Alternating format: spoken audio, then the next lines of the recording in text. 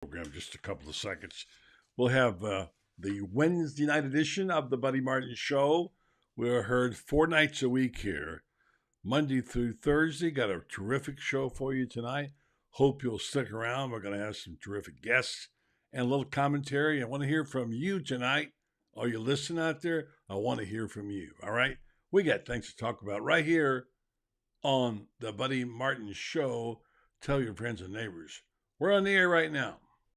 It's time again for Buddy Martin. Call him up and tell him what you're thinking. But be kind because he's doing the best he can. Better, stronger, faster. Mama says that alligators are ornery because they got all them teeth but no toothbrush. Hey, what if the voice calls while you're gone? Take a message. Bye. You ready, champ? I'm ready for this my whole life. I'm incapable of small talk. But that's why you love me, right? Kind of intimidating to be in the presence of so many great athletes.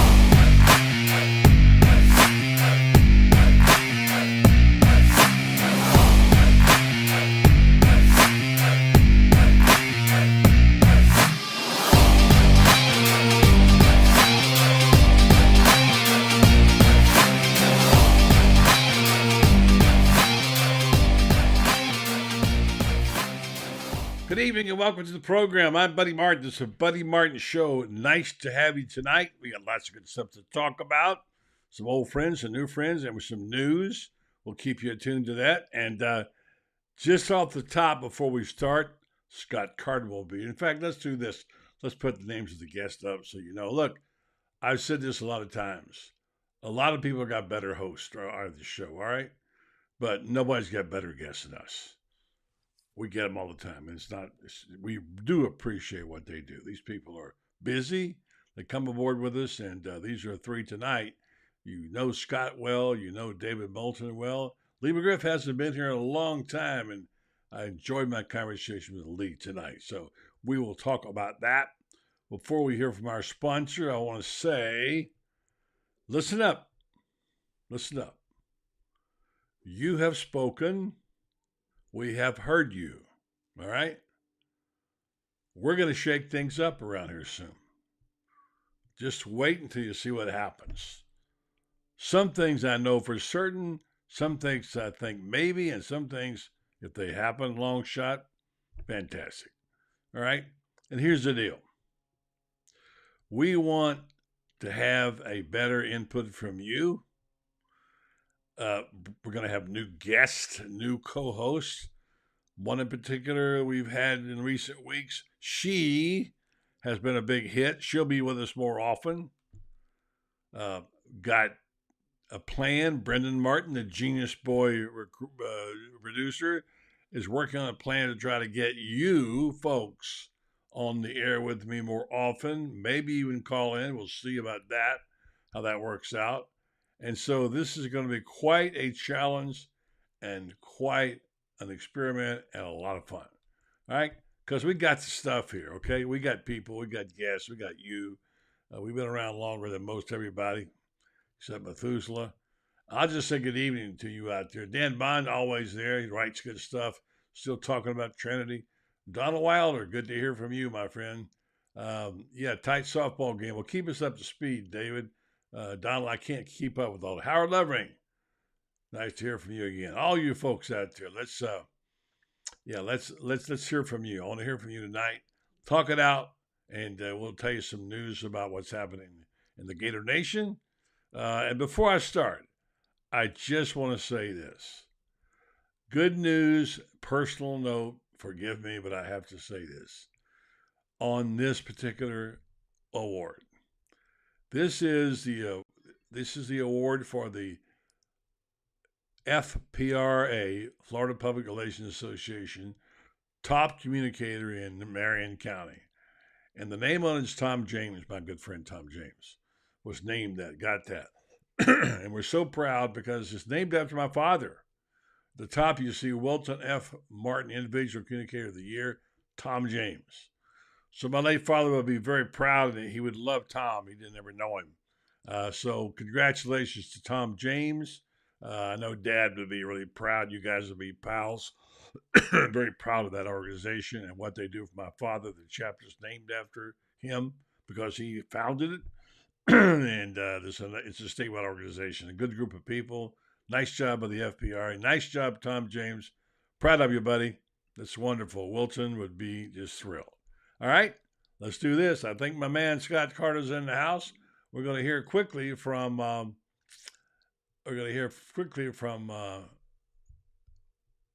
Jeffrey Milton.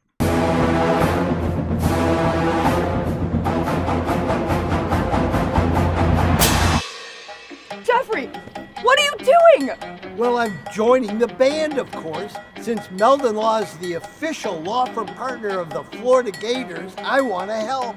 Dad, we're litigators. Let's stick to helping people in the courtroom. Well, can we still hang out and jam a little bit? At Meldon Law, we won't back down. All right, thanks very much there, Jeffrey, and guys, and thanks for the sponsorships and all you do for the University of Florida. And let's go right to the Orange and Blue Room and see. Man just got back from Texas. He's Tex-Mexed out, I'm sure, but he got to see a rare performance and something I know that of all the years he's done in covering sports, he won't forget what happened last Saturday in Dickies Arena in Fort Worth. Am I right, Scott Carter? Hey, buddy. That's right, man. That was a good event. But going back to your Tex-Mex comment, I did have some good Tex-Mex. Matter of fact, I took a suggestion from your old buddy Dan Jenkins, the late great Dan Jenkins. He always wrote about this place in his hometown called the Old Mexican Cafe, and and he said they're the best cheese enchiladas you'll ever have. So I went to have them, and they were really good. So he'd be happy. That's great. The other Dan Bond was, I understand, and you ran into Dan out there. He squired you around his town, right? Yeah, I saw Dan Bond. First time I met him, we actually went to have some barbecue at Heim Barbecue. And I'll have to say, man, that was excellent too. So obviously, I did not miss a meal while I was in Fort Worth. You're not supposed to when you get a chance to get the real stuff there. That's real stuff. Gymnastics. Yeah, absolutely. And we'll talk about that in just a minute because that was quite an event that you saw there. And we'll talk about that. So let me get to some news. I know you're a disadvantage here because you don't cover this beat, but you know more than most of us do. We heard tonight, actually this afternoon, that Ethan White, who played 20 games for the Gators as an offensive lineman, and then opted out and committed to go USC, that he has, according to the reports out of LA, he is now no longer a member of that squad and did not enter school there. And I know there's a lot of stuff in limbo. We don't know what's going to happen. But first of all, can you update us on that, what you know? And then we'll talk about whether or not he might be a candidate to come back because he's got some water on the bridge deals to figure out. And we'll see. But I'm thinking if they did get Ethan White, the Ethan White that I remember, if he's right in mind, could be a huge asset to that offensive line. So what do you know? What can you say about it, Scott? Well, Ethan came in, remember, I think in Mullen's first class in 18. And I remember the storyline around him was just this huge kid. Had a lot of baby fat on him, buddy. And he really worked hard and put in the work and made himself into last season, he was all SEC second team offensive lineman. So, he has ability. And, it was kind of a surprise in the offseason when he announced he was going to transfer to USC. Michael Tarquin went out there. But there was some backstory with him. He's Tony Baselli's son-in-law now, and I think his wife goes to USC. So it made sense, I guess. But Ethan kind of surprised us. And, I know he had some school to finish here before he could ever enroll out there. And to my knowledge, it just hasn't happened. And now he's kind of back on the market, it sounds like, buddy. But I haven't seen Ethan around any lately. So I don't know what's going on with him mentally or where he is. But certainly it creates some intrigue because we know what kind of a player he is. We know he already knows the system, having played in Billy Napier's first year. As I mentioned earlier, he was all SEC second team.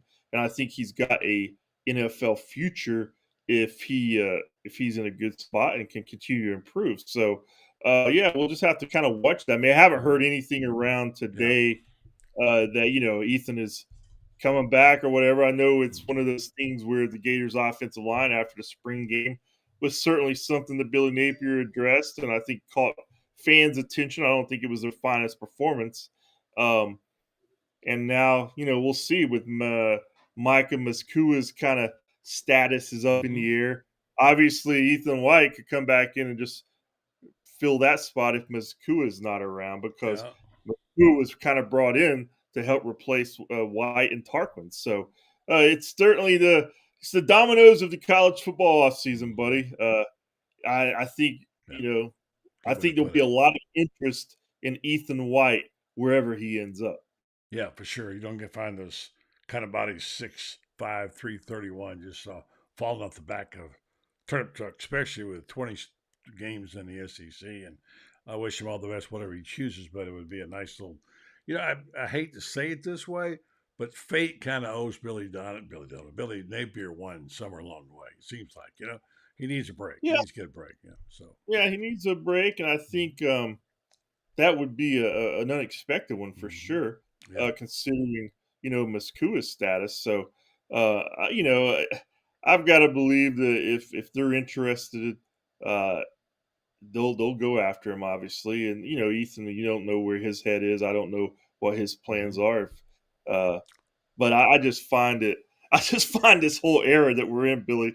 I mean, buddy, kind of fascinating because I'm always getting questions or from fans or whoever, like you know at the spring game, for instance. I mean, there could be a few more guys that was Yeah, not on the. there's going to be stuff. There's going to be Yeah, stuff. I mean, it's just. I mean, I hate to keep referring to it as free agency, but That's you what it got is. That's what if it you're a is. pro sports fan, it's kind of the era that Yeah. college football is in. Yeah. You can expect your roster to change about every transfer period now. Absolutely. So we're going to see some new faces come fall that we didn't see this spring. And whether or not Ethan White is one of those guys, like an old face back to a new face, we will all see together. Yeah. Well, I think a lot of people. Some people have hard feelings. I saw a couple of Gator fans. One guy said, "Let him go start for FAU." He didn't turn. And there's people who get bitter. My experience has been with coaches and players is that it's always better to leave a little bit of a back door open. I know one time I said to my friend who was very involved in disciplining coaches and players and having to make decisions on whether to give them a second and third chance. There was this one player at Florida who was quite a gifted offensive lineman and got in bad trouble twice. And so they didn't kick him off the team, but they put him in purgatory.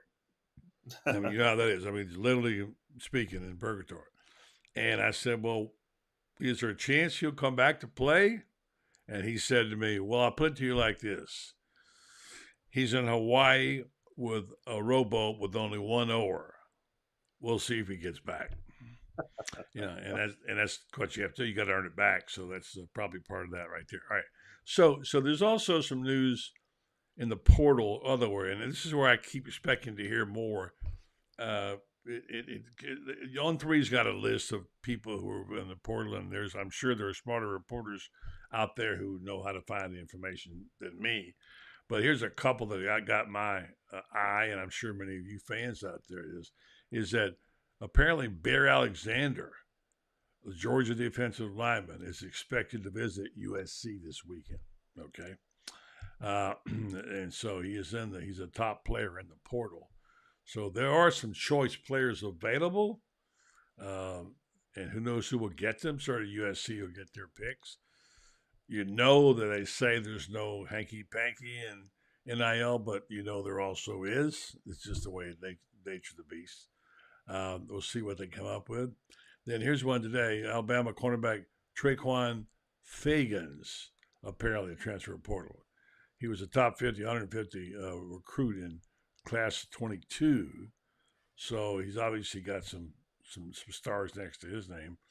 And then Notre Dame offensive tackle Caleb Johnson has entered the portal also. So we don't know. I don't know how to assess all this, but there are players now.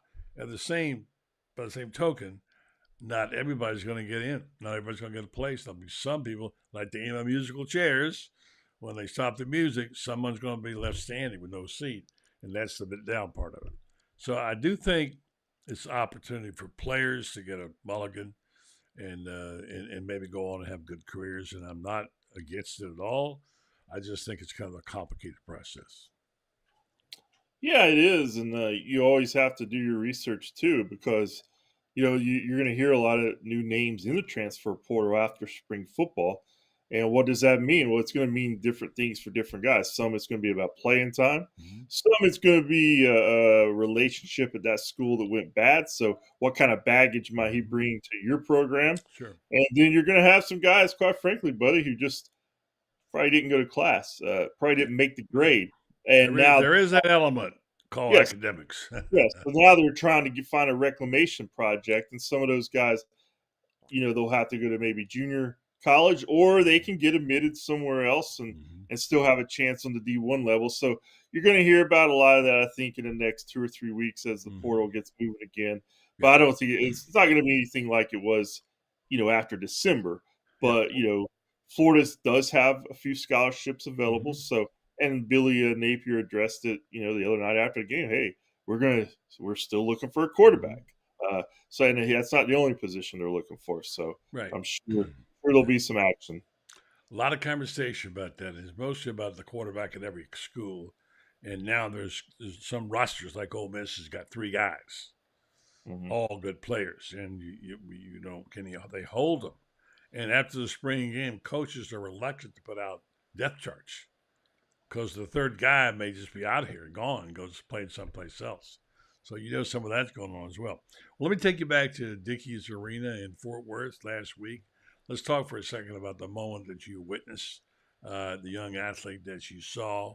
And as I said earlier, talking earlier this week with Allie Peak Wilbur, who's on our show pretty regular, women's sports is just exploding. And, you look at NIL money, someone making $3 million, especially women gymnasts. And so what you saw was a terrific story. A young woman who stayed an extra year, came back, amazing, tied the perfect tens record. But then she got hurt, obviously, and she had to perform at the highest level to help her team. And she made the 10, but it just wasn't enough to overcome that, whatever it was, 25th of a point, and Oklahoma won again. Take us there to Dickies Arena. Tell us what that was like, and tell us what you saw and remember. Well, I've been around that program some in recent years because it's a really high performing program. Trinity Thomas, who you're talking about, I mean, to me, I've tweeted this the other day during the meet. I mean, if she was a football player at Florida and had the same kind of success that she's had in gymnastics, there's no doubt her popularity would be right there with Tim Tebow. That's the kind of, this is a kind of an old term that's not that's frowned upon, but the whole student athlete thing that's mentioned a lot. I mean, she's truly that. She's represented the Gators first class. She's a dynamic performer in her sport. And all I can tell you, buddy, out there, I mean, you mentioned how women's sports are blossoming, and they really are. There's a lot of talk about women's basketball after the LSU big ratings, yeah. But I'll tell you what, gymnastics is by far the fastest growing college sport for women. It is. And I was talking to a TV guy from ESPN out there, and he says, man, they love this sport because it's growing like crazy. It's great for fans. It's great for the 2-hour TV window. And the athletes are so much better. Even in the last 5-6 years, I was talking to Bridget Sloan out there, who Gator fans will remember. I mean, she was part of those teams that won 3 in a row. And she was telling me, look, I mean, even since I left in 2016, the sport has gotten so much better. And going back to the Gators and the storyline out there, I mean, you knew they had to be almost perfect in the final round to beat Oklahoma. And Trinity did her part with that 10. And it's just really unfortunate that she was not 100% and couldn't go on 2 events. Because I think if you had her out there for those 2 events and she put up her normal scores, then the Gators are probably being called national champs right now. Yeah. But, hats off to her, man. She's one of my favorites I've covered at Florida. She's gonna have whatever she decides to go in next, buddy. She's gonna be Right. unbelievably successful, and that's team. I mean, that sport is just with the Gator fans. I'm just so I'm not surprised, but I mean, they love that team. The Doe Dome They sells do. out now for every They meet, do. Yeah. and I just tell people who may not know much about gymnastics, like me a few years Mhm. ago, I'd Mhm. never been to a meet before, and then I get out there and see what they're actually doing and see how good they are. I'm like, wow, not many people in the world can do what they do. And your daughter loved it Yes, as well. kids love it, Yeah. so it's a Yeah. good family thing, but Mhm. mostly it was just a amazing performance by Trinity and one that, too bad they didn't win, but still I think people are Yeah. gonna be remembering that for a long time. I think you're right. That's like the jump pass of gymnastics, you know. Oh, yeah. And I would say that I don't know. I know you're not in charge of this, and it probably isn't going to work. But you got to start thinking about statues for women. I Yeah. mean, she didn't win a national, but I guess that's whatever. But I mean, will there ever be anybody better than Trinity Thomas? I don't know. I doubt it. And not just that, as an ambassador for the school and what she's done and how gallant she was in those final moments, battling her tail off to get that extra point, the tenth of a point, whatever, to win that for her teammates. So it's a wonderful story, and I hope they memorialize her. I don't mean that in the way like she's dead. Her in some form in Florida. I don't know how you do it. Maybe if there's not a statue, there's some other way to do it. But so impressed with what she did, and so impressed with her as a person as well. From what I know, you know more about it than I do. All right, a lot of talk about the quarterbacks. Later in the show, in a minute, I'm going to have Lee McGriff on. We're going to talk a little bit about what he hasn't seen. He wants to review the tape again first. But we talked about the general buzz is disappointments, and the other part of that is don't ever judge something by a spring game because the chances of you being right are not very good. So you can't make a conclusive comment say, well, I saw this and therefore this. Because there's number one, a lot of work to be done, a lot of coaching to be done. You haven't seen enough to play. The offense wasn't even installed, basically. They were winging it. It was vanilla. I wrote in my column, couldn't they put a cherry and whipped cream on it or something? But it was a vanilla offense, which most spring games are. And more spring games are getting useless. But all that considered, what we're looking for, I wrote this, and I want to know if you disagree or agree or whatever, it's fine. Is I was looking for one little something, something. I wanted to see, I guess I was expecting Anthony Richardson to come back in some form on a play, but I'd like to see a throw with the tackler hanging off the side of one, or eluding a tackler or something, or a 60-yard bomb or something. Now, I wanted to see how those two quarterbacks, and it probably was unfair, but it's what Gator fans have come to expect. Your thoughts on that, on the quarterbacks, and what you're hearing and feeling about it? Yeah, I mean, I know in the fan base, it's always going to be some, I guess, noise when your quarterbacks necessarily don't blow the competition away. Um, to be honest with you, I had a little bit of a cheat sheet on that spring game because I did watch the two scrimmages, and I didn't see anything in the spring game that was a lot different from the scrimmages in Okay, terms that's good to of know. I'm glad you quarterback. said I that. mean, Yeah. I think they did keep it vanilla. You know how coaches are; they're not going to give Mhm. anything away, especially with two new quarterbacks fighting for the job. Mhm. Um, but I do think there's some work there. I mean, Billy Napier addressed it afterward by saying, the pocket was muddy. Yeah. Uh, the line didn't really play at a high level. The The offensive defense line. is aggressive and Yeah. whatever. Then And I think I'm not too concerned about the quarterbacks. I mean, I think Graham Mertz, he's been there. He's done some things. I think if he's going to be the guy, they got something that they can work with, I think. But I'm intrigued by what they do with the quarterback in the portal. yeah. And Jack Miller to me, I just see of the two guys competing right now. I mean, there wasn't a lot of difference we saw in that game. No, there Uh, wasn't.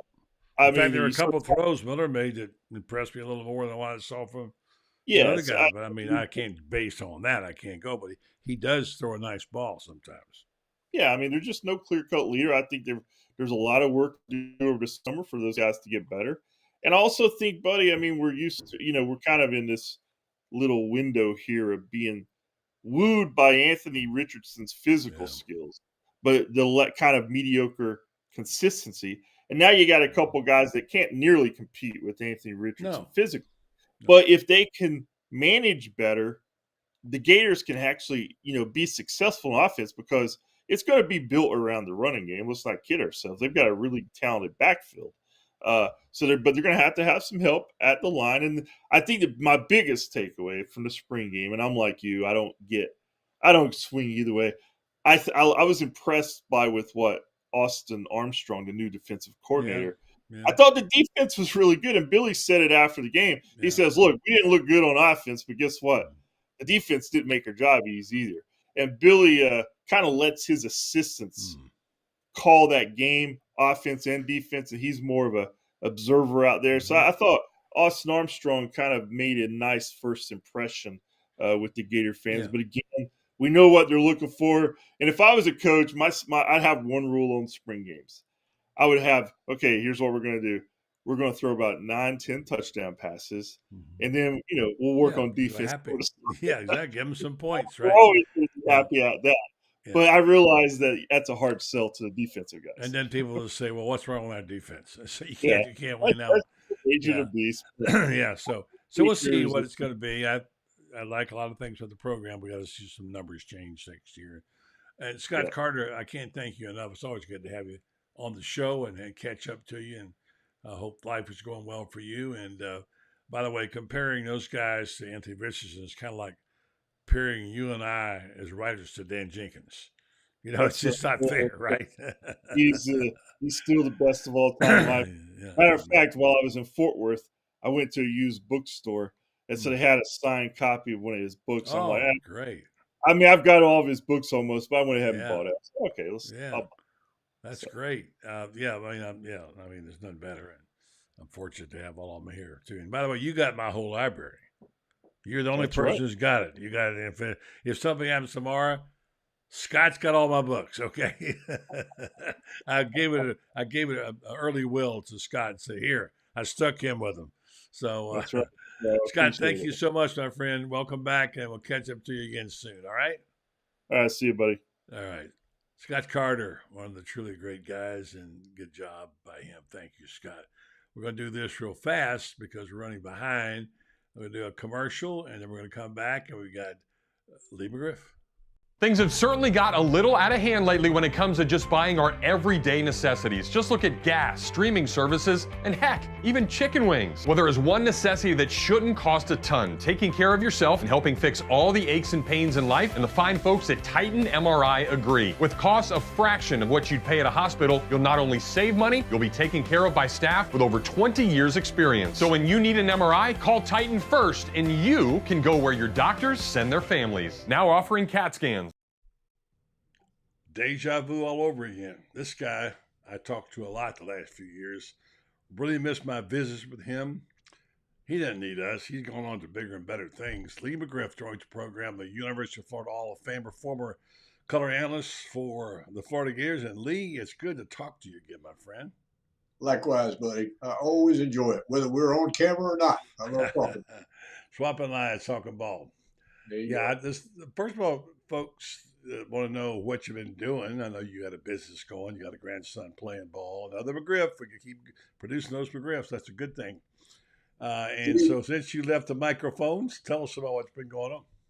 Well, I am still working, employed with McGriff Williams Insurance, and don't have any landmark date to retire. And part of why I resigned from the booth was because my grandson, that's Travis's oldest son, Keel McGriff, is the starting quarterback at Newberry High School. And so they play on Friday nights, which would be a conflict if I traveled to away games, if I was doing the broadcast. So I was there wherever he was on Friday nights. Certainly got my fair share of an adrenaline rush and loved it. But also another thing that was a rekindling of an experience is I went to Gator games as a fan.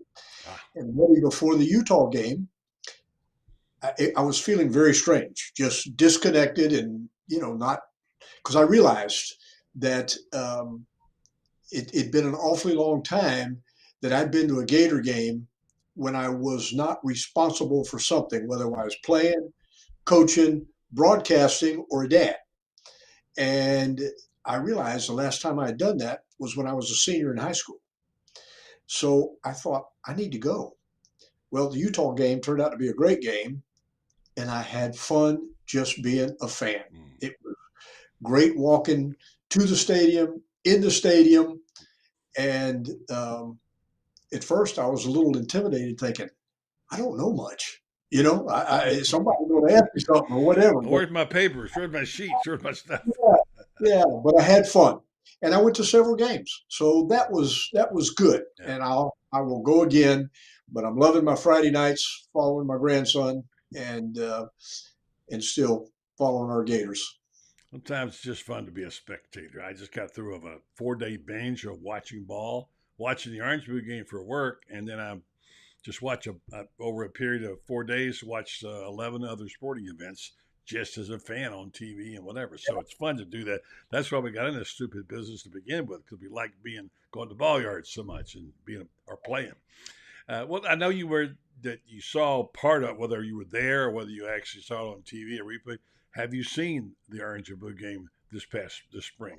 I haven't yet seen the replay, and I have to confess, I intended to go, but then it got to be 7:30 on a Thursday night, and I thought, I don't think I'm going to do it. Of course, I'm old school, and I'm thinking, but I can go, watch it on TV. Well, it was streaming. I'm not a streamer yet, so I missed it, but I do want to see the replay. I've read a lot about it, of course. Easy to miss, and there was the confusion about it. It wasn't just you. I had to finally wait to see it on. I was there, but I had to wait to see it replay 24 hours later. They replayed it. They didn't tell us that. So it's hard to find all the games on TV. They hide them on us. It's not like, oh, let's switch to these 3 channels. They're all over. So she'll get to it. What have you heard? Well, I hear uneasiness, unrest. Reactions vary, starting with the quarterback play. Don't hear any particular excitement. At the same time, when you split the squad, it can get a little diluted about who you're playing with. The eternal mystery of spring practice is the offense bad and the defense great, or are they both bad? And so the running backs seem like they're really good. Question about where's the offensive line, which that was a strength last year, is running the football. And so do we have that? And defensively, of course, fans do this about getting excited. New coordinator, oh my goodness, he's aggressive. Well, we've had some aggressive defensive coordinators before. And as with every scheme, every plan, especially in sports, it gets magnified. If it works, it's a great plan. If it doesn't, it's terrible. So it all remains to be seen. The issues with people coming in and out of the portal. What will the freshmen contribute? It's so I don't really overreact, and you can appreciate this. There was a day and a time, and I can't tell you when it started fading, but the Orange and Blue game and other people's spring games used to really be a litmus test. You split the teams, you played for real, and you were fighting for a spot. And how you played in that game could be very influential about your position, your role going into the fall. It's not so true now, and so I don't put a lot of stock in the spring game as I once did. What you mentioned earlier, we talk about it's a feel that you get. Look, let's be honest, we have orange and blue in our veins, you and I. We grew up with it, whatever. You played, you were a great player in Florida. You coached and what have you. And so sometimes you go by what you feel. You can't always. On one side of the coin, you can say, well, look, this guy, Billy Napier, he's got everything. He got 100 people helping him coach, $110 million building, opportunity, money to spend on recruits, and a blank check to go to get his players an NIL deal. And by the way, he had a player last year who was one of the greatest prospects in NFL history, right? So you think, well, how come you don't win? Well, you got the pieces. You're still going to have to put them together and make a team, shape it, mold it. I'm thinking and certainly hoping that's what Billy Napier's doing because he didn't have forever. I mean, it used to be you had 5 years, whatever. Now it's like, okay, you can fix a team overnight. Let's get it done. If you go to year 2 and you can't do better, trouble on the horizon. And that's one way of looking at it. Now, does any of that make sense to you? Perfect sense. You're exactly right. The fuse is short these days, particularly when you're in the SEC. Expectations are high. I don't think that anybody anticipated a less than 500 season. And of course, it ended in a thud with the latter games, including the bowl game, which candidly is not my decision to make, but I thought we should play in it. And what happened was what I feared. So, everything is so much more exposed these days because of social media and the endless media sources, and because of all you just talked about between what Billy Napier is getting paid and the facilities and all the expectations of being, a Florida Gator, that they want it. People want it now, and there's, 1 year should not a coach be judged, and I personally don't think even 2, but it doesn't mean they won't. So I do think Coach Napier has got to make a decided step forward. 8 or 9 wins, play well. I think to keep going. And there's a lot I like about him. I certainly like the way he handles himself. He's grounded. I think the players matter to him. Every coach says it, but I think that's genuine with him. Um, but at the same time, all these things that you say we have at the University of Florida, so do the other guys. It doesn't really put you ahead. It puts you even. Now you got to fight it out. So, and I think there were some complications last year, and including Anthony Richardson, candidly. And, Coach Napier never turned on his players, never criticized players from the standpoint of talking about, they're inadequate or anything like that. He kind of stands up for his guys. But, Anthony Richardson is very talented, but to say he's erratic is an understatement. And all the physical attributes in the world don't make you a great quarterback. Maybe he can be, but he wasn't at the University of Florida. And Coach Napier had to live with that. His backup quarterback got injured early, so he had to go the distance with it and didn't really have an alternative. So I don't want to judge him too harshly, and I'm all for him. I hope he does great here. I really do. But I think he's got some people scrutinizing what he does awfully close. Well said. Now, for all those years that you broadcast and talk to Gator fans and what have you, you've always been pretty straightforward about your opinions and advice. And if you were talking today as a commentator, broadcaster, whatever, instead of Joe Hugh Citizen, what you are is somewhat, you'll never be that, but I'm making a point here. Now, what do you say today to Gator fans? What do they need to know, and what's the straight talk? Well, if you're really a fan, these Gators need your support, not your criticism. And I'm not talking about being Pollyanna, but to be positive and go to the games, support this team, because again, the recruiting trail is influenced by social media. These young guys, they look at all that stuff. So when the poison gets out there, it makes it tougher for this coaching staff to be effective recruiting. I think, again, I'm being idealistic, but really, Gator fans need to be as positive as they can and remain supportive to, get the energy behind that, hopefully to dig out of this hole and get it going. Yeah. Now, I'm not going to hold you to this. Is there a number in mind for number of wins you think he has to, I say has to, probably ought to need to make to be able to keep the Wolves at bay? for next year? Well, and it always matters who and how you do it, but eight to nine. 8 to 9 in my mind. You don't need to get thumped to death by anybody. You need to be consistently competitive.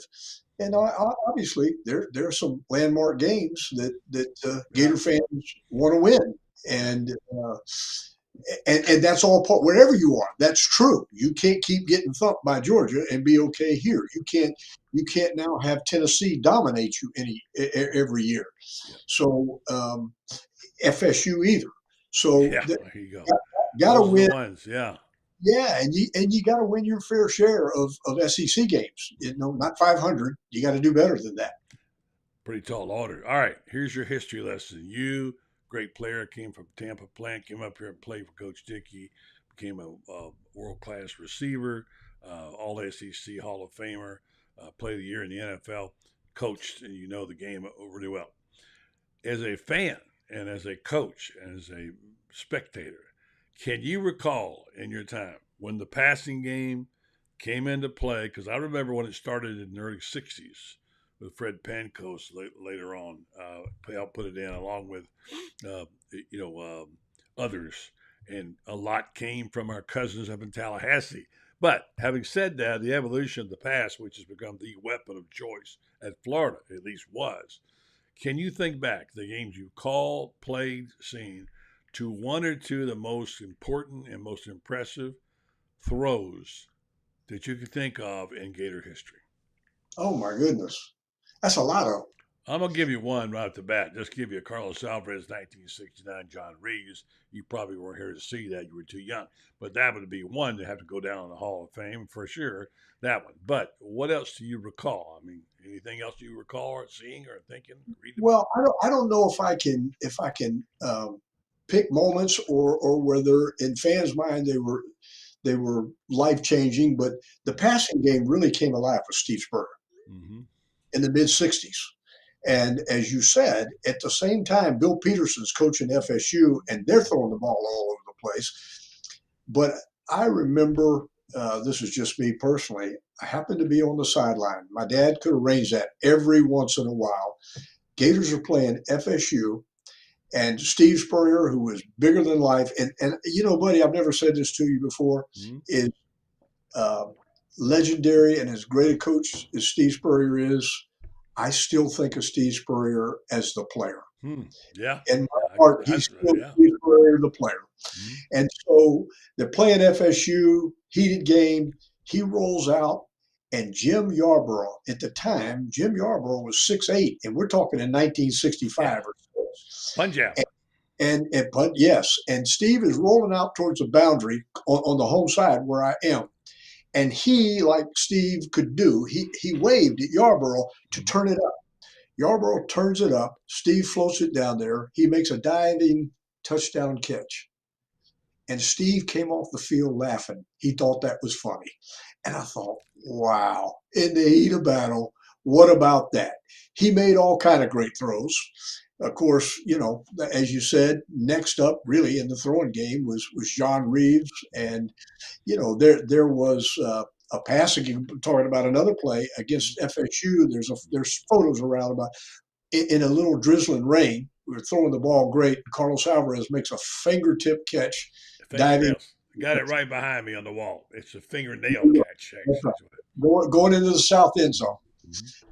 But, it just goes on and on. My goodness, during the 90s, it's some just incredible moments in the throwing game. That whole decade with Coach Spurrier was just crazy. Of course, I had a son that played, so I have some special moments. Balls, I'd say. that were tied to him. But Florida really does have a great history of throwing the ball. Well, we'll see if they're going to throw it or run it. They talk a lot about running it a lot, and they got to get a guy who can throw it eventually. Maybe they got him next year. With the guy they had coming in, we'll see. But the forward pass has been a part of Florida football for almost 75 years now. We'd like to see it continue. Along those lines, the passing game was just modest at best last year. The running game was best. But I do reflect on when, and not casting shadows at Felipe Franks, but there was a lot of concern with the passing game under Mullen, who knew how to throw the ball, but a lot of concern when Felipe Franks was the quarterback. You know the story well. In comes against Kentucky, Trask, and all of a sudden that passing game that wasn't working they started completing passes left and right, and he never stopped. And I remember off the air, Mick turned to me and he said, "What's happening here? What did they do? They changed these routes." I said, "Not at all. Trask throws it to the open guy on time." He says, "You mean he's throwing them open?" I said, "That's exactly it." So the Billy Napier passing game, maybe it's there. We just got to get the right guy pulling the trigger. I'll never forget that. I'll never forget listening to the game and listening to you when Trask threw the touchdown pass. I can't remember who caught it. And you got so excited. You said, "What I'd give to catch a ball like that." You loved Kyle Trask, and you touted him a long time before that. We talked, you always said, "This guy's the guy." You were exactly right, which is why you're the Hall of Famer, Lee McGriff. We miss you, buddy. Miss seeing you there. I'm glad you're doing so well, but I hope you'll come back and we can do this again and more often. Anytime, just invite me. Thank you. Lee McGriff, one of the all-time greats. Thank you, Coach. Appreciate it. Thank you. See you. All right, thanks very much. We're unable to hook up tonight with David Moulton, so he won't be back. Hopefully next week we'll figure it out. And time for you now to step up and think about this. There was a topic of conversation in there with Lee, and I always love talking football with Lee. When you, as a Gator fan, need to help me out. I'm going to go back through what I can remember and talk to a few people. I already talked to a couple, including Coach Spurrier. And I'm going to make a list of what you consider to be the most famous, most significant passes in Gator football history. Because here's why.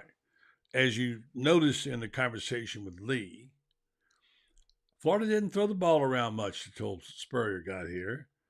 And really, when Ray Grace got here and Pepper Rogers in 1960, a little bit, not much. And then a group of coaches that came in there later, 62, 63, included Fred Pancoast, R.I.P., my good friend Fred Pancoast, who just passed away, who was really the quarterback coach and backfield coach and then became the offensive coordinator. Ed Kinsler, also that group. And about the time Spurrier came in, they got an offense which they went to camp, looked at other people from Florida State University. Florida State had a group of coaches who were, I wouldn't say from the Sid Gilman tree. Friends and I talked about it some on Monday night, but the great Sid Gilman and later on Bill Walsh, etc. And then Florida State, Don Burrow was the guy who coached there and then coached at Florida later. And they and Perry Moss and a whole bunch of FSU coaches put in the passing game. And they did quite well. Then they got a guy named Steve Tinsley and Fred Biletkoff and beat Florida that year, 64 was it? Spurrier's sophomore year. So, yeah. And so now the passing game that we knew, and I talked to Steve a little bit about this, came from that root. But it was Spurrier who took it as a player, and I talked to him about this the other day. He got some stuff, not a lot of sophistication, but he got some of the plays, whatever. He was allowed to make a lot of his own plays up, but the basic core value of it was the same. And then he, as a player, obviously they began to, and then of course along came John Reeves, who was recruited by Steve Spurrier, by Fred Pancoast, who got him in the house. And of course we had Reeves to Alvarez. So there's a sequence of passes. I can take you back. Spurrier had one you heard Lee talking about against FSU. He also had one where he directed traffic to Charlie Casey of Georgia. There was a famous Carlos Alvarez catch in the first game from John Reeves in 1969. And on through. There were others. And of course, many people remember the famous jump pass by Tebow, etc. So there's been a few, and I'm making a list, and I'm going to count on you to help me out. Meanwhile, I think I've got my friend Dan Bond now, who's going to jump aboard. And I'm going to, by the way, just tell folks about my little plant project. I had this tonight. I made it. All right. I went and got my growth is looking great, man. Look at those healthy leaves. That's my tower that I have, and I'm growing it down. It's starting to really bear fruit. Mostly all greens. I picked those babies tonight. I put them in a salad. I put some fish on top of it, and I had me a healthy meal. I wish I'd gotten a good picture. I'd take it and show you. But I have this tower, grow tower, and it's there. You see the top of it.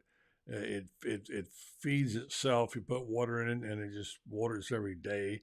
The LED lights you see there, they come on and take care of the sunshine portion of that, and it's really terrific.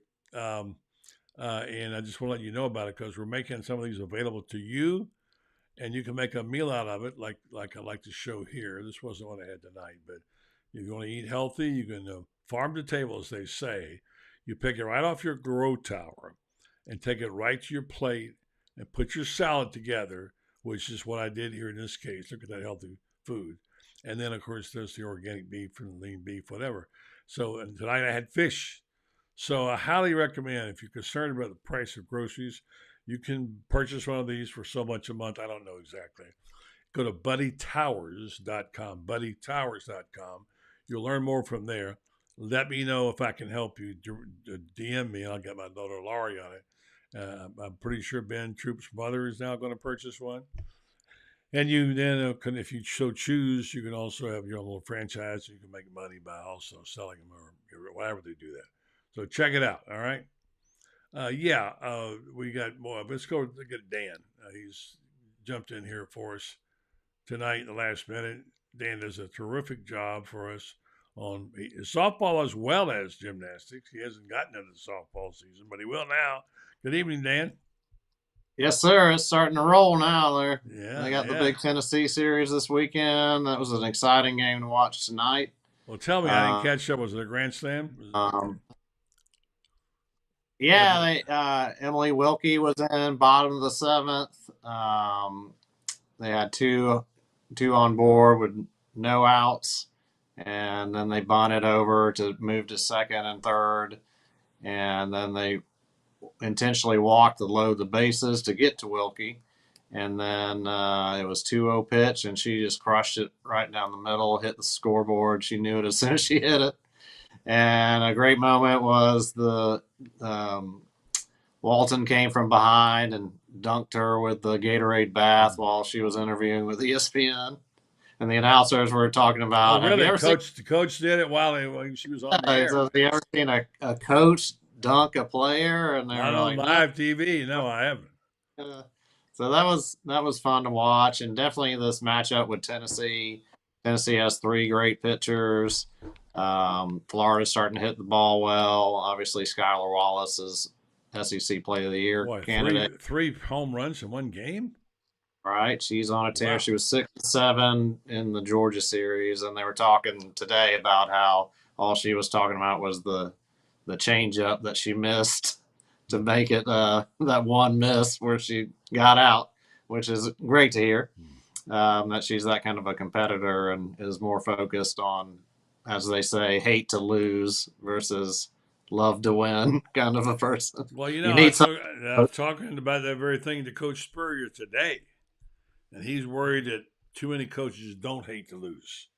He thinks you got to hate to lose. He thinks what he and Urban Meyer had mostly in common. He said every day, "What do you think we had in common?" I said, "Winning." He said, "Yeah, but hating to lose. We both hated it." So that's a good point you made there. And by the way, we had you on once to talk about what happened Saturday, but I wanted to get you, if you heard Scott Carter talking about it, you saw Scott out and had a meal with him out in Texas to give him some of that Texas hospitality. And in that moment when Trinity came out and got to 10, which was certain, I mean, it's almost statue worthy by itself, isn't it? Right. Yeah, there should be something done. I mean, she's 3-time national champion individually. She's took home all the awards last year, and just to be there for that vault, to get that 28th perfect 10. My brother was with me, who isn't the biggest fan, especially gymnastics, but he came along. Compared to you, because you're a freak about it. I mean, I love your he lives passion. in Fort Worth, and so I was like, that was the all-time record. You know, you just witnessed history. So I mean, that's kind of the moment I felt. And then when she finished up on bars, you know, a lot of people were kind of like, well, that was it. No more Trinity, which is a little sad. She has been something to watch. You know, if they could get a 10 section for her or something special done for her would be great. But yeah, just year after year, seeing that level, and she's got multiple degrees. She's going to be, you know, a great representative of the University of Florida, no matter what she does, for sure. So My dad follows all sports, but he particularly likes softball and he likes gymnastics. I guess you'll be checking out the softball here in the next couple of months, see what goes on there, and give us a piece every now and then. Yeah, we'll be kind of rolling into SEC, the heart of the schedule right now. So we'll talk about that Tennessee series this weekend. I think that'll be fun to watch. Yeah, and on the subject I just talked about, you're also a pretty good historian. You like football, obviously, and I threw that out there about the touchdown passes or great passes that you've seen. A couple of people chipped in. Gordon Stevens says Felipe Franks to Callaway against Tennessee. That was a great play, I will say. We tended That was great. And then Chris Doring got a touchdown. That was the Werfel to Doring right for the SEC. That was a momentous occasion. That's a big one. Yeah, and then kind of made Hubert's career for sure. Yeah, and then of course there was a jump pass Tebow naturally, which is I'll always remember. And Perry Nation asked about Chris Collinsworth making a long catch for 99 yards against Houston. Now I might be a little confused by this, but I think he might have thrown one. Yeah. I was just thinking. I think he has the record for the longest pass. Yeah. Right. 99 yards. Yeah. And back before he came in as a quarterback. Right, and then Spurrier's, one that was mentioned earlier by McGriff on against FSU was when the Carlos Alvarez catch, obviously against Houston. Also, Carlos Alvarez catch against FSU with the fingernails, which I got a picture. Yeah, there was the 97 one to Quezzy when it was I want to say long, where they he juked in there and then they gave to Taylor and he put it in. That was a big game, big catch there. Well, even the Mike Hilliard double stop on a dime, that was a big play as well. And there have been some good ones. So I'm going to compile this to that. Sit down with Coach Spurrier and try to get a little historical perspective because I've been around a long time. I remember when Florida didn't throw the ball that much. There was the one in 2016 in LSU when they weren't supposed to win when McElwain was there. And that was like a fourth down, I want to say, a long one down the side. Sideline. And that ended up pushing them into Atlanta, so that was a pretty big touchdown. My mind tends to blank when you say McElwain. I just sort of forget, Right? Yeah. But he did have fun. You're right. Yeah, there were a few good moments in there, Tennessee but very game, few and far between. Yeah.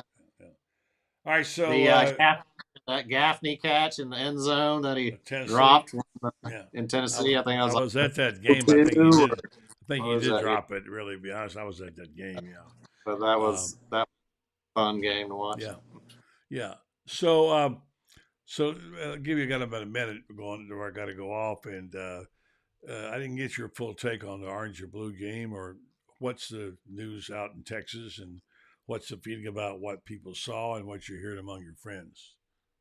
I mean, I get a little bit of ribbing because of that 10-7 score, but like Lee kind of said, did the defense do real well, or did that was when I was out in Fort Worth, so I wasn't watching it live. But I mean, give it time. A lot of people who know football more than me for sure are not too fired up about spring games at all. So it's more of a fan thing, and it's kind of exciting to hear that Napier's doing that. The Dad Pro Day, that sounds fun. Saturday, that's coming up. There's a special code for that too. It's on Gatorade. You can get some off your tickets if you use that code they got and use the word buddy. I posted it last night and it's there. So if you're interested in going and taking it, and by the way, I found there was an age limit. Your kids can't be over 12. So that's the NCAA rules. So I found that out. It's in the story on Gatorade. So, hey, Dan, thanks a lot, man, as usual. Good to see you again. And we'll look forward to you. Yeah, next time, looking for your next piece in Gatorade and getting back on here again with got some new things happening here on the show soon. I think you're going to like them. So great. Appreciate it, Dan. Thank you. Our special correspondent, Dan Bond from out in Texas. Thank you, buddy. Appreciate it. Thank you. They got the best dudes in the world we work with. I'm telling you, they're just the best. And they do great work. They love their Florida Gators. I want to remind you of somebody else that loves the Florida Gators. They sponsored this particular show and have sponsored it for many years. And they also do terrific work in our community. That's Renstar. You see it right there on my left shoulder. Is that my left? Yeah, my left is over here. And Renstar is well known now in the medical facility. Also, there's local citizens who do take care of their own here in Ocala, in Gainesville, and downtown Ocala. They have a high-quality, patient-centered clinical research facility with cutting-edge clinical research technology. They have trials in Ocala. You can be a part of those. They're on everything from Alzheimer's to dementia to psoriasis to osteoarthritis, migraines, fibromyalgia. They have changed the topics up, and you'll need to know what they're doing next. You can be involved if you want to get involved. They like having local people because it's our local DNA. They like to draw from that because it's about our area. And then they take this information, the Kool-Aid, and they partner up with prominent pharmaceutical and biomedical companies, and they go throughout the medical industry. They're able to help and assist with things that we need to treat us to make us better. Terrific people and terrific organization. Renstar Medical Research, seeking tomorrow's answers to the health questions of today. Thank you for listening. Thank you to our guest tonight, Scott Carter, Lee McGriff. Good to hear from Lee. And Dan Bond. Hope we get a hold next week. Have David Moulton back here. Thanks to our sponsors, Titan MRI, Meldon Law, of course, Grow Towers, Buddy Martin Grow Towers, and Renstar, all sponsoring the program. Thank you. Have a great night. Back tomorrow night with Ben Troop and the guys and Franz Beard on Orange and Blue Thursday. Check it out. Thanks.